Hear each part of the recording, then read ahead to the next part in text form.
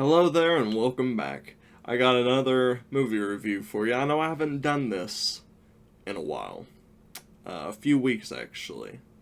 And I am sorry about that. I've been meaning to catch up, doing more movie reviews and everything. But unfortunately just with what all has been going on recently, just haven't been able to get out to the theater and everything.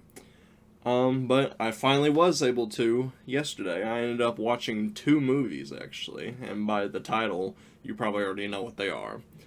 I went and saw Jackass around, I think it was like 3 o'clock, and then around 6 o'clock, I ended up watching Moonfall, and that was Jackass Forever, by the way. So, to start this video, I'm actually going to start with Jackass, seeing as how the box office and everything has turned out. I imagine almost nobody is going to actually care about this video for Moonfall. It just doesn't look that way. Maybe people who actually want to go back and watch this video later just want to hear my thoughts about it, hear about some random sci-fi movie. But that's about the only people that are actually going to actually end up caring about this. It certainly would seem. So, for those that came for Jackass Forever, I'm just going to make it really short, really sweet, get it out of the way. Basically, with Jackass, you probably already know. Most people that actually want to watch this movie already know the type of movie that it is. It's not really even a movie, as much as it is just a collection of little skits that they came up with, where they don't even act them out. It is actual, like, stunts and whatnot, where they almost end up killing themselves, and it is really fucking funny. I am actually surprised that nobody died in this one, especially Johnny Knoxville. I don't know what is wrong with him, and the idea that getting flipped by a raging bull is just insane to me. Like, I don't know what compels a person to do that. Like, I have to assume he's getting paid a lot or just thinks it's fun, and I would never. The fact that he hasn't been impaled is mind-blowing to me. But for the movie itself, Jackass Forever is a lot of fun. You don't even necessarily need to be drunk or anything. I do recommend seeing this with like a group of friends and getting drunk. I imagine it'd probably be even more fun. But like just me, myself, I was in a theater of like 15 people and it was really fun. We were all like laughing out loud just about the entire time. So if you enjoy that sort of thing, or if you've seen, Jackass, previous Jackass movies, I absolutely recommend. It is a good time. But on to Moonfall. Moonfall is about when the moon starts to move out of its orbit towards Earth. An ex-husband, an ex-wife, and a conspiracy theorist must work together to figure out what is causing this mysterious occurrence. I said that really weird, and I don't know why. Anyway, I want to go about this review in a slightly different way than I do with my other reviews, because I want to talk about the negatives and the positives at the same time, starting with the story. Okay, now the story itself is just decent. But there's multiple reasons that I want to start with the story. Okay, the first is that I started this review, this particular Moonfall review, by just minimizing the plot and apparently saying it really weird. The second is that it is literally just engaging enough to keep you in the seat, and then it tanks in the third act when it becomes incredibly exposition heavy. And the third reason is that what actually bugs me the most about this film is how they decided to tell the story. Like, the deadly trio of this film is the pacing, the dialogue, and the plots. Multiple plots. That's plots with an S. I couldn't tell you why, but it felt as though they had to make this movie under a certain time limit. Like, if they didn't make it 2 hours or less, somebody was going to get fired. But the writers absolutely insisted that all the different side plots needed to be included.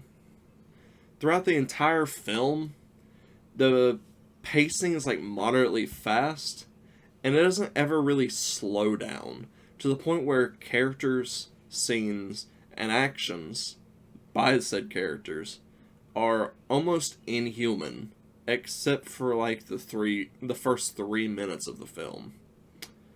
For example, this isn't dialogue from the actual movie, but a character would say something like, "I should have never brought you along. I knew you couldn't put aside your ego. We need you more than ever now, seeing as you're the only man that's ever landed a powerless shuttle." Like, that is exactly how lines are said in this movie, and it's so weird. Like, there isn't a noticeable cut between the two lines. The tone changed, and the character didn't skip a beat or even breathe in saying the next line. Like, and the lines don't even flow together. It's really weird, because they could be conveying, like, two different ideas while, like, back-to-back sentence. It's so weird. It like, blows my mind. Like, it actually baffled me hearing what they were saying at certain parts of this movie. And with how consistently it would happen, this is the reason that I felt like the entire movie was, like, rushed. And all I can really say about it, besides how weird it is that had they actually cut out some of the pointless side plots and just expanded the more important scenes in the movie, it would have been a lot better. Like, it definitely would have probably gone up a few tiers in my grading system. Also, just some side stuff about the story. There are some, like, character and plot decisions that really, really stood out to me, among others. Both are in the third act, but the first is why is he the one that is driving out of the adults? Maybe not the best decision. And why on earth would the ex-husband not go through with the key? And even if you wanted to accept that part, like, why wouldn't someone out of the 30 people there stop him? Like, I'm trying to keep it very vague as to not spoil anything, but, like, are you kidding me? Anyway, moving on from the story, this movie stars John Bradley, Patrick Wilson, and Halle Berry, and obviously several others. But much like the story, the acting is decent throughout the whole movie, and then it tanks in the third act.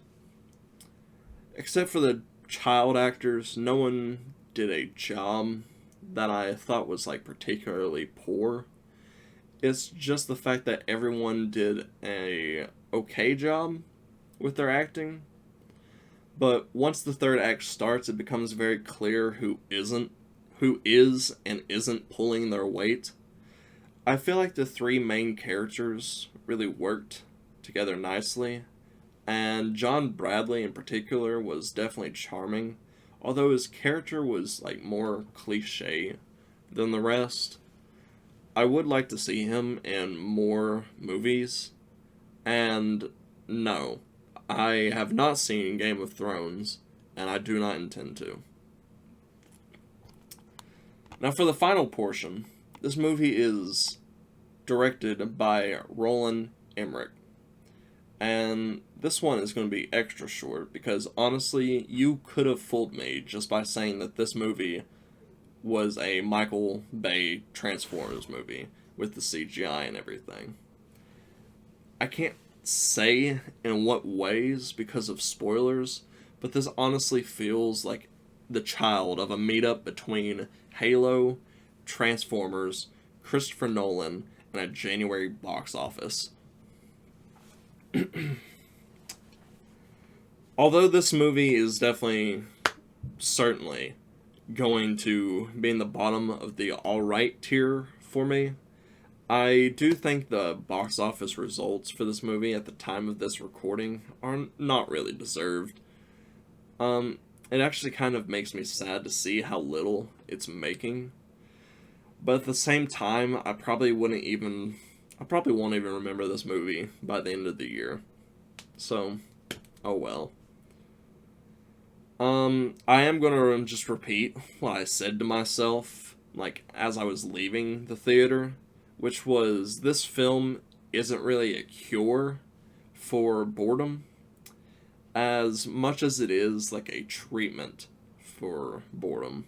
So, take that as you will. Also, one final thing. This movie ends in such a way that it suggests that it might be setting up a sequel, and it was, like, incredibly jarring to see. But yeah, that's it. Goodbye.